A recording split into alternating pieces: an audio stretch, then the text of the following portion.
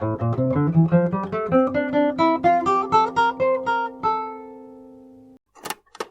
mansion stands on Bellevue Avenue in Newport, Rhode Island, where the most powerful names in America built their summer empires. The Vanderbilts, the Astors, the Belmonts. Marble palaces lined along the coast, each trying to outdo the other in opulence, in grandeur, in pure excess. But there was one mansion that stood apart, not because of its size, not because of its cost, but because of the idea that drove it. Belcourt Castle. 60 rooms, designed by Richard Morris Hunt, the same architect behind the Breakers and Marble House. Built between 1891 and 1894 at a cost of $3.2 million, approximately $100 million in today's money. 300 European craftsmen brought specifically for this project. Imported oak paneling, monumental stained glass, vaulted ceilings, Gothic arches inspired by Louis XIII's hunting lodge at Versailles. But here's what made Belcourt different from every other Gilded Age mansion in Newport, every single one. The ground floor, the most prestigious level of any mansion, the space where you would expect to find grand ballrooms, receiving halls, dining rooms designed to host hundreds of guests, was not designed for people at all. It was designed for horses. Oliver Hazard Perry Belmont, one of the wealthiest men in America, heir to a banking fortune, commissioned Richard Morris Hunt to build him a palace.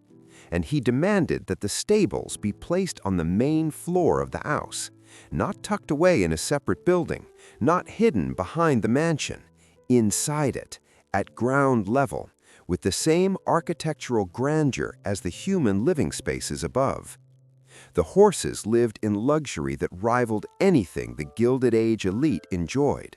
Marble floors, brass fixtures, mahogany stalls, elaborate ventilation systems. Each stall had its own nameplate, custom designed in polished metal.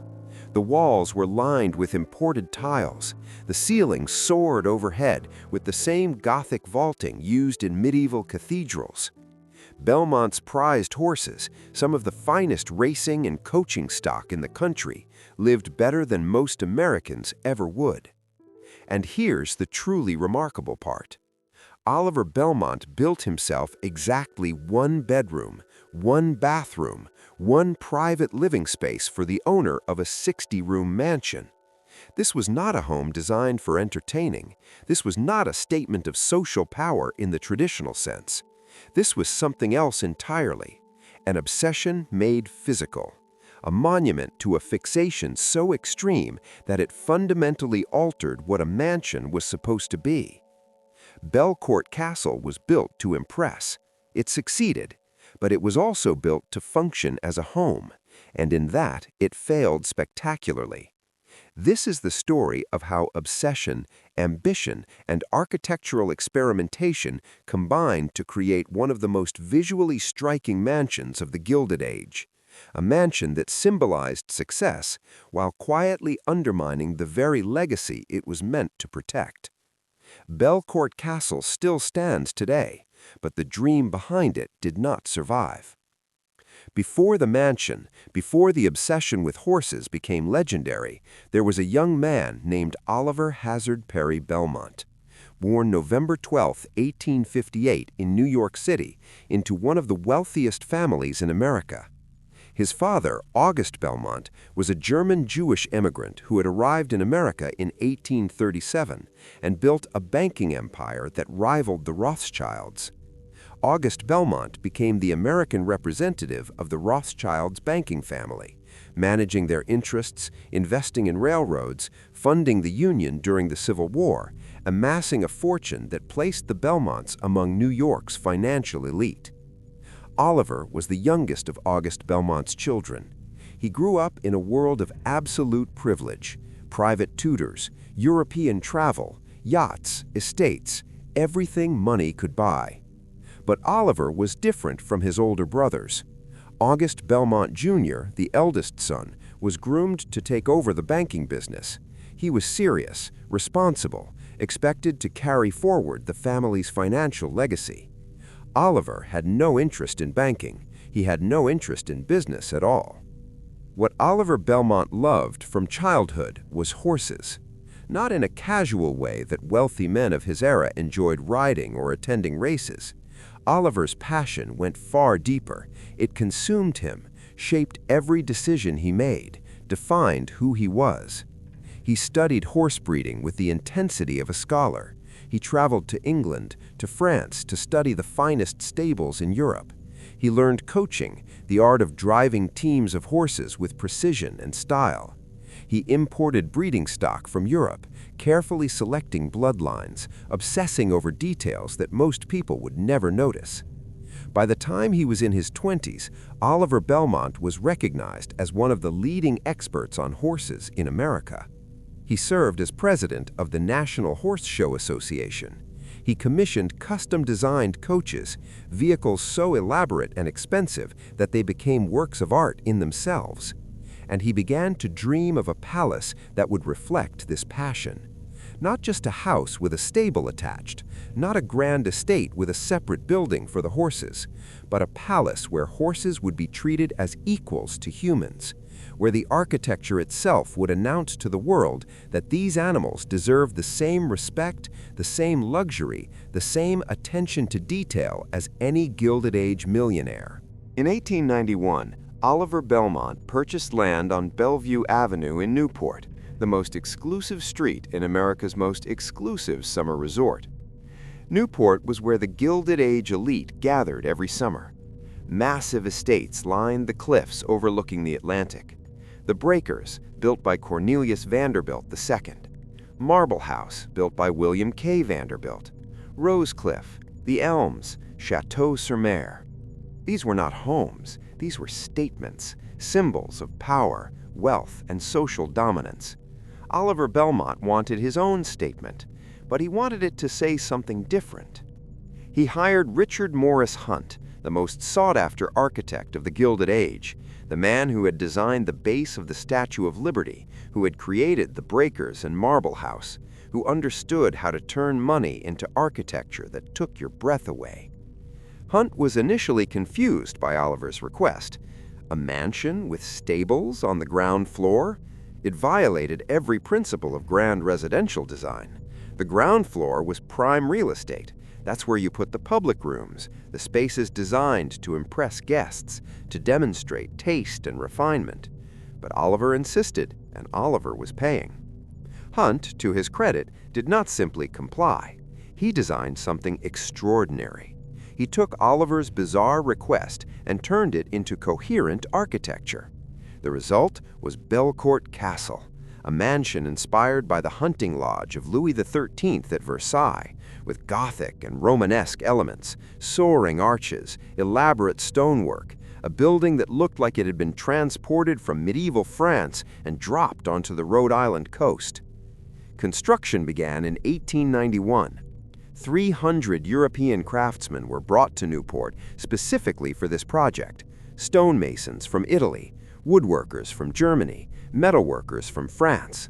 These were not local laborers. These were master craftsmen, chosen because Oliver Belmont demanded perfection.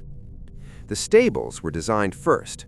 They occupied the entire ground floor of the main house, 30 stalls, each one a masterpiece of design. Marble floors that could be cleaned easily, brass fixtures polished daily, mahogany paneling imported from Central America, elaborate ventilation systems that ensured fresh air circulated constantly, heating systems to keep the horses comfortable in winter. Each stall had a custom nameplate engraved with the horse's name and bloodline. The nameplates were works of art, polished metal set into elaborate frames, positioned so visitors would read them the same way they might read plaques identifying paintings in a museum. The walls were lined with imported tiles, patterns inspired by medieval manuscripts, rich colors that caught the light.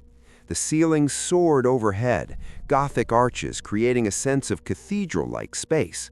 Natural light poured in through windows, designed specifically to provide the horses with views of the surrounding landscape. Above the stables, on the second floor, were the human living spaces.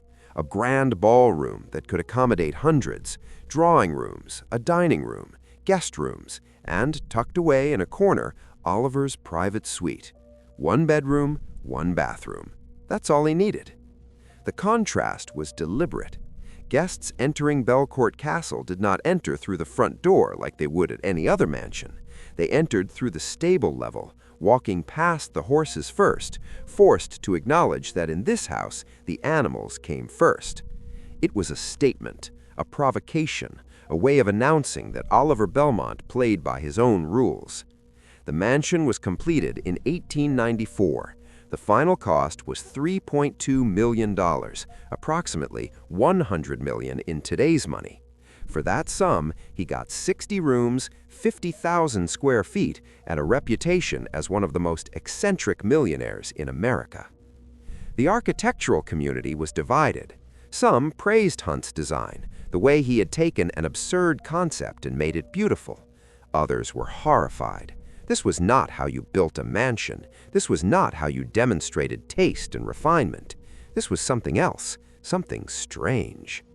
But Oliver didn't care about architectural critics. He cared about his horses, and in that regard, Belcourt Castle was perfect. He moved in with his prized collection, coaching horses, racing stock, animals he had imported from Europe at enormous expense, bred specifically for their bloodlines, trained to perfection. They lived on the ground floor in surroundings that rivaled any palace. And Oliver lived upstairs, alone, in a single bedroom, surrounded by 59 other rooms he barely used. Here's what the ghost stories and tourist tales don't tell you about Gilded Age mansions. They were not designed to be lived in, not in any normal sense. They were designed to be stages, settings for elaborate performances of wealth and status. You built a mansion in Newport to host parties, to demonstrate that you belonged among the elite, to prove that your money was as good as anyone else's, that your taste was refined, that you understood the unwritten rules of high society. The Vanderbilts hosted balls that cost more than most Americans would earn in a lifetime. The Astors held dinners where every detail, from the flowers to the silverware to the menu, was designed to communicate status. The Gilded Age was a competition played out in architecture and entertaining. Oliver Belmont built Belcourt Castle and then almost never entertained. He held coaching exhibitions, events where he would demonstrate his skill at driving teams of horses through elaborate courses, performances that attracted crowds of spectators. But these were not social events in the traditional sense. They were displays of horsemanship, technical demonstrations of skill and training. He rarely hosted dinners. He rarely held balls. The grand ballroom on the second floor, designed to accommodate hundreds of guests, stood mostly empty. His peers in Newport noticed. How could they not? Here was one of the wealthiest men in America, living in one of the most expensive mansions ever built, and he was behaving like a recluse, or worse, like someone who didn't care about society's expectations. In the brutal social calculus of the Gilded Age, this was a mistake. You didn't build a palace and then refuse to perform. You didn't demand recognition and then withdraw. But Oliver seemed genuinely uninterested in the social games that defined Newport's summer season. He had his horses, he had his coaching, he had his routines. That was enough. For years, this was his life. Mornings spent in the stables, overseeing the care of his horses, inspecting every detail. Afternoons driving his coaches through Newport streets, practicing maneuvers, perfecting his technique. Evenings alone in his single bedroom, surrounded by a mansion that echoed with emptiness. It should have been lonely. By all accounts, it probably was. Then, in 1896, something changed. Oliver Belmont met Alva Vanderbilt. Alva was one of the most formidable women of the Gilded Age. Born Alva Erskine Smith in 1853, she had married William Kissam Vanderbilt in 1875, becoming part of one of America's wealthiest families. She was ambitious, intelligent, ruthless in her pursuit of social power. In 1883, she had commissioned Richard Morris Hunt to build Marble House, one of the most expensive private residences ever constructed in America. Marble House cost $11 million, an almost incomprehensible sum at the time. It was Alva's statement to the world, proof that she belonged at the top of New York and Newport society. But in 1895, Alva did something scandalous. She divorced William Vanderbilt. Divorce was almost unheard of among the Gilded Age elite. It was social suicide. Women who divorced were ostracized, excluded from society, treated as pariahs. Alva didn't care. She had her own money from the divorce settlement. She had Marble House. She had her ambitions, and she was looking for a new husband, someone who could provide the right combination of wealth, status, and malleability. Oliver Belmont was perfect. He was wealthy in his own right. He had impeccable lineage. His father's banking connections meant doors would open for them. And perhaps most importantly, Oliver seemed unlikely to interfere with Alva's plans. He had his horses. She could have everything else. They married on January 11, 1996, in a private ceremony that shocked Newport society. A divorced woman marrying one of the city's most eligible bachelors. The gossip was vicious. But Alva had calculated correctly. Oliver's family connections and wealth provided enough social cover that the scandal faded.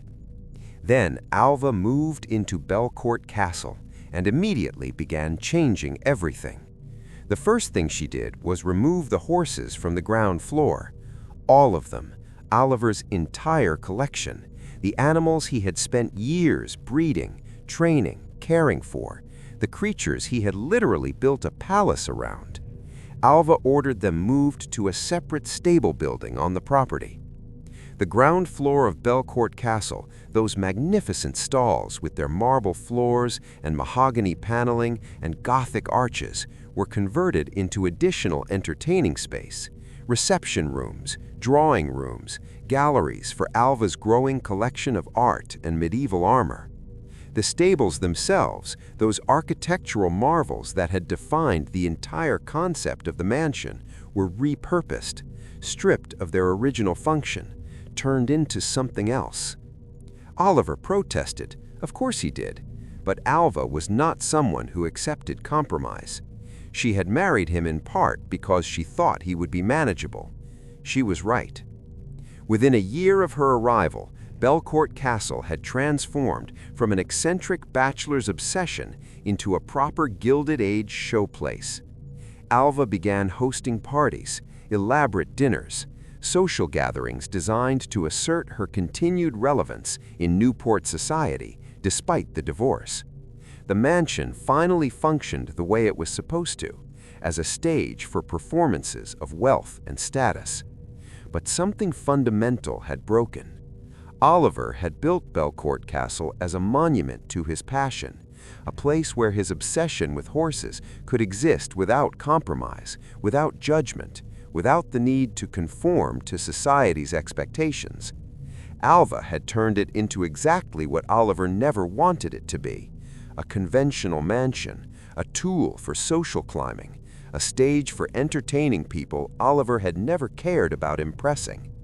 For the next 12 years, Oliver lived in a house that no longer reflected who he was.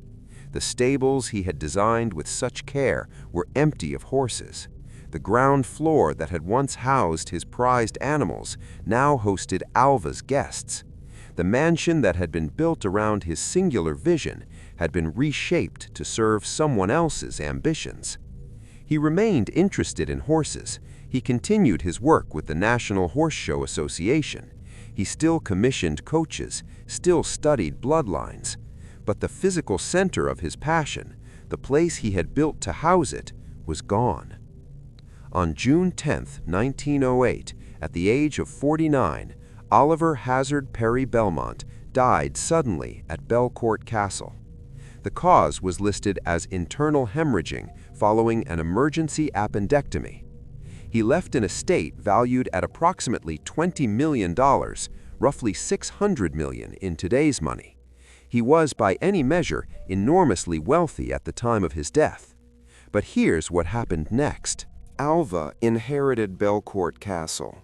She lived there for several more years, continuing to host parties, to collect medieval art and armor, to assert her place in Newport society. But she never loved the house. How could she? It hadn't been built for her. In 1909, Alva married again, this time to Oliver Belmont's friend, Perry Belmont. She gradually spent less time at Belcourt, preferring her other properties, including Marble House, which she eventually gave to the women's suffrage movement. In 1940, 32 years after Oliver's death, Belcourt Castle was sold. The price? $1,000. $1,000 for a mansion that had cost $3.2 million to build, for 60 rooms of Gothic architecture, for marble and mahogany and stained glass, for 300 European craftsmen's life work. The mansion that was supposed to demonstrate wealth and status and permanent legacy sold for less than a used car. Why? Because Belcourt Castle was fundamentally impractical. The ground floor, even after Alva's renovations, never quite worked as conventional entertaining space.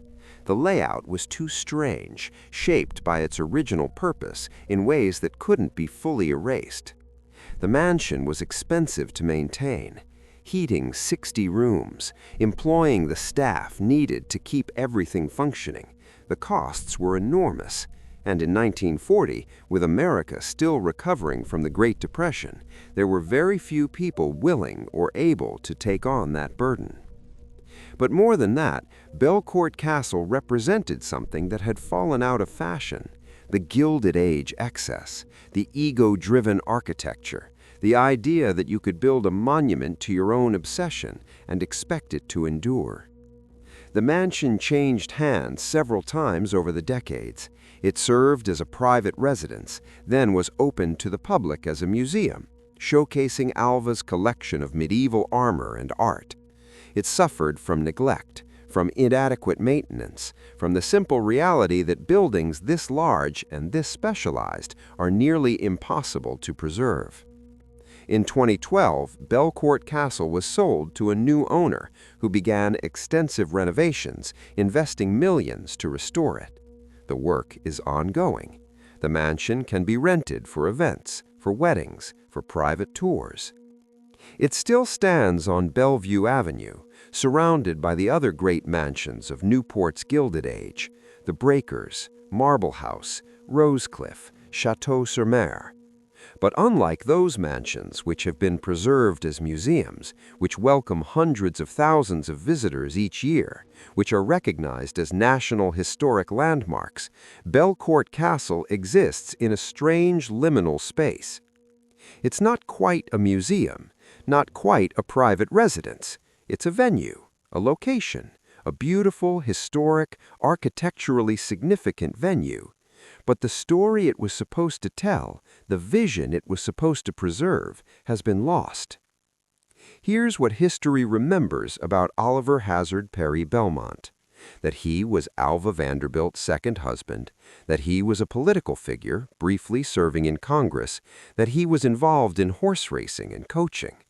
What history tends to forget is the magnitude of his obsession, the way he commissioned one of America's greatest architects to design a palace around his passion, the way he violated every convention of Gilded Age mansion design to create something unique, the way he lived, essentially alone, in a 60-room mansion because the mansion wasn't built for human companionship, it was built for horses. And what happened when someone else took control of that vision, when Alva moved in and systematically erased the very thing that made Belcourt Castle meaningful to Oliver? This is the hidden cost of obsession, not financial ruin. Oliver died wealthy. His estate was secure. His family name remained prominent. The cost was something else: The cost was building a monument to your passion and then watching someone else turn it into something ordinary. The cost was living in a space that no longer reflected who you were. The cost was learning that money and architecture cannot protect your vision from other people's agendas. Belcourt Castle was built from obsession, and obsession is a fragile thing. It requires constant maintenance, constant protection, constant assertion. The moment you stop defending it, someone else will reshape it to serve their purposes. Oliver spent $3.2 million creating a palace for his horses. Within 2 years of his death, those horses were gone. The stables were converted, the vision was erased, and the mansion that was supposed to be his legacy became someone else's stage. In the decades since Oliver's death, people have tried to make sense of Belcourt Castle. Architectural historians praise Hunt's design, the way he took an impossible brief and created something beautiful. Social historians point to it as an example of Gilded Age excess, the kind of ego-driven project that only limitless wealth could enable. Tour guides tell visitors about the Gothic arches, the imported materials, the medieval armor collection.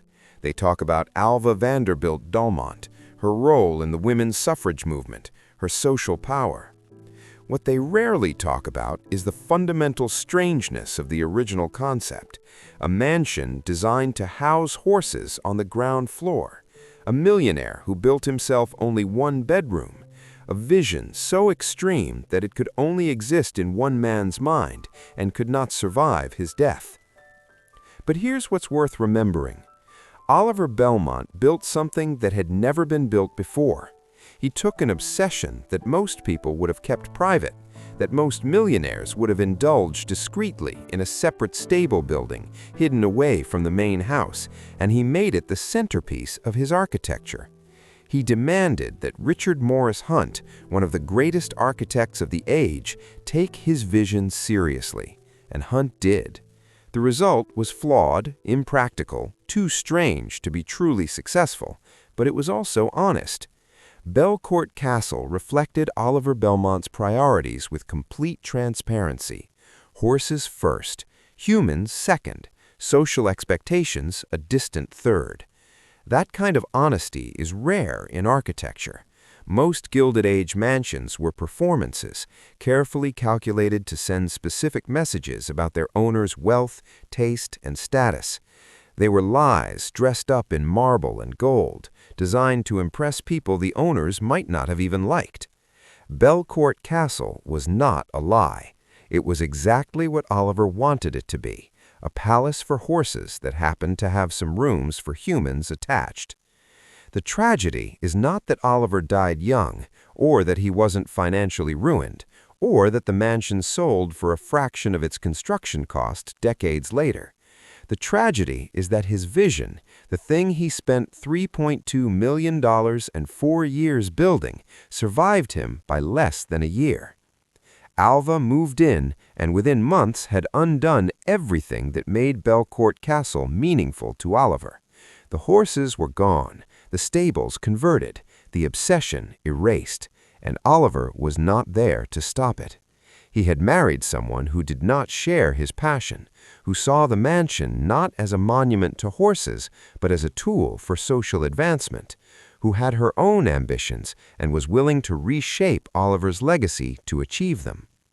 This is what happens when obsession meets marriage, when singular vision collides with partnership, when someone builds a monument to themselves and then invites someone else to live in it.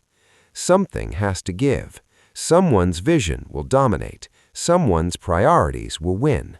In the case of Belcourt Castle, Alva won, and Oliver's obsession became a footnote in the story of a more famous woman's life.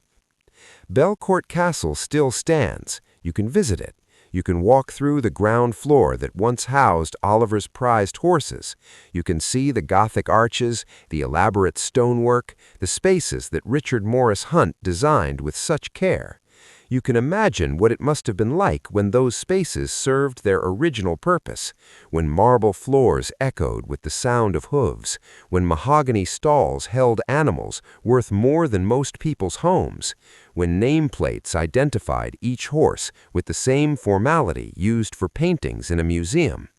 You can imagine Oliver Belmont walking through those stables every morning, inspecting every detail, obsessing over the care of animals he loved more than most people. You can imagine the day Alva ordered them removed, the betrayal Oliver must have felt, the knowledge that his vision, the thing he had spent millions creating, was being erased while he was still alive to see it. And you can understand why the mansion, despite its beauty, despite the craftsmanship, despite the architectural significance, feels somehow empty, hollowed out, a shell that once housed something meaningful but now contains only echoes. This is the cost of obsession. Not money, not status, not reputation. The cost is impermanence. The cost is vulnerability. The cost is learning that no amount of wealth or architectural genius can protect your vision from time, from other people, from the simple reality that when you're gone, someone else will decide what your legacy means. Oliver Belmont died at 49, enormously wealthy, leaving behind one of the most unusual mansions ever built in America. But the mansion he built, the palace for horses that defined who he was, survived him by less than a year. Belcourt Castle stands, but the dream behind it, the obsession that drove it, the vision that made it meaningful, did not survive. And that is the real cost.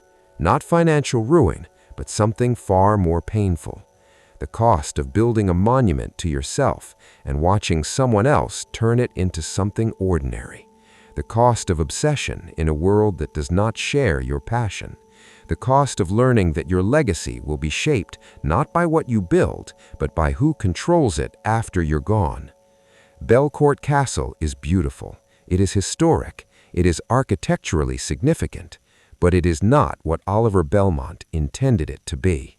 And it never will be again.